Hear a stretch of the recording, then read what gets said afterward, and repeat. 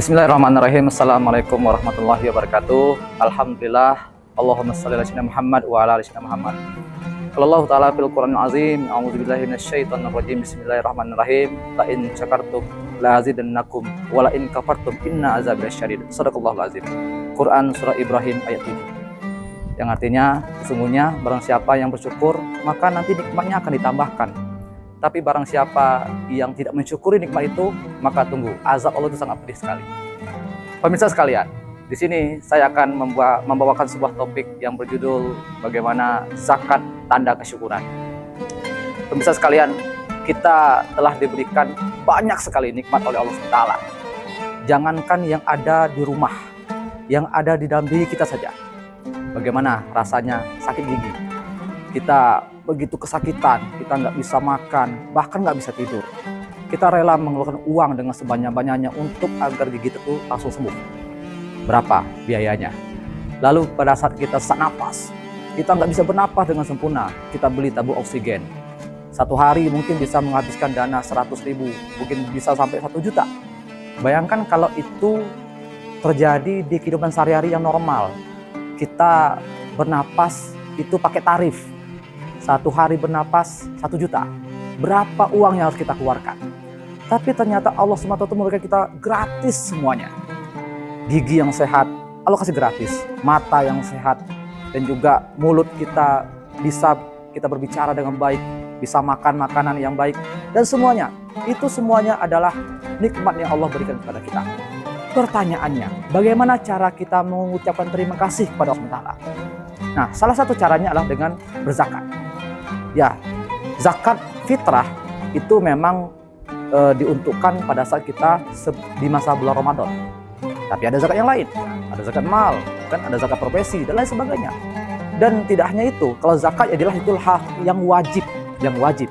Tapi kita juga bisa upaya kita bersyukur kepada Allah SWT tidak hanya dalam bentuk zakat, tapi juga ada sedekah, berinfak. Coba kita evaluasi ketika kita sholat di masjid, kita menggunakan air masjid itu, berapa uang yang kita infakkan untuk masjid itu. Mungkin 1.000 rupiah pun kita berat, 2.000 rupiah juga kita berat. Padahal air itu sulit untuk dicari. Itu juga nikmat Allah SWT. Nah, maka wajar jika Allah tadi mengancam, sesungguhnya kalau kamu itu bersyukur kepada Allah SWT, maka nanti nikmat ditambah. Tapi kalau kamu tidak mensyukurinya, maka tunggu azab yang pedih.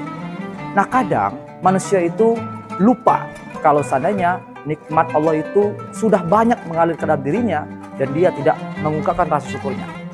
Dan rasa syukur tidak hanya diungkap dengan lisan, hanya dengan ucapan alhamdulillah, salah, tidak hanya itu. Bersyukur itu dilakukan tidak hanya dengan lisan tapi juga dengan perbuatan. Misalnya ketika Allah SWT memberikan kita kaki yang sehat, maka cara bersyukurnya adalah gunakan kaki itu untuk melangkah ke tempat-tempat yang tidak dilarang oleh Allah SWT. Atau kita bisa memaksimalkan langkah kaki kita untuk berbuat baik kepada manusia dan juga kepada orang lain yang tentunya kita gunakan sesuai dengan perintah Allah SWT. Itu caranya bersyukur, tidak hanya dengan alhamdulillah, ya kan? Lalu bagaimana nih mata misalnya? Allah SWT memberikan kita mata, lalu kita gunakan untuk bergadang. Dan ketika kita tidur, lalu besoknya bangun justru sudah lewat waktu subuh. Berarti kita tidak mensyukuri. Nah, makanya oleh karena itu kita sudah banyak nih mendapatkan nikmat dari Allah SWT, maka kita syukuri.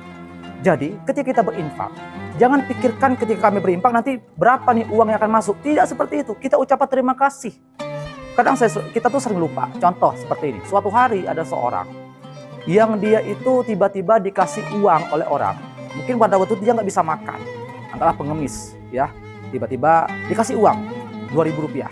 Oh, dia sangat berterima kasih, betul. Terima kasih ya, terima kasih udah memberikan saya uang ini. Saya sangat berterima kasih kepada kamu. Keesokan harinya orang tersebut ngasih lagi nih uang. Dia kembali, wah terima kasih, terima kasih. Lalu sampai hari ketiga, sampai hari keempat, kelima, tapi ternyata semakin sering orang itu memberikan nikmat tadi, uang tadi, ternyata ucapan terima kasih yang diucapkan oleh pengemis tadi semakin berkurang. Dan itu dia nggak biasa. Bukan hal yang spesial lagi. Kalau pertama kali awalnya, dia mengatakan terima kasih ya. Tapi ketika semakin lama diberikan, dia justru menganggap itulah sebuah kewajiban. Bahkan jika 10 hari orang itu tidak memberikan hartanya kepada pengemis tadi, pengemisnya justru bertanya-tanya, kok nggak dikasih ya? Nah ini seringkali manusia mengalami hal tersebut.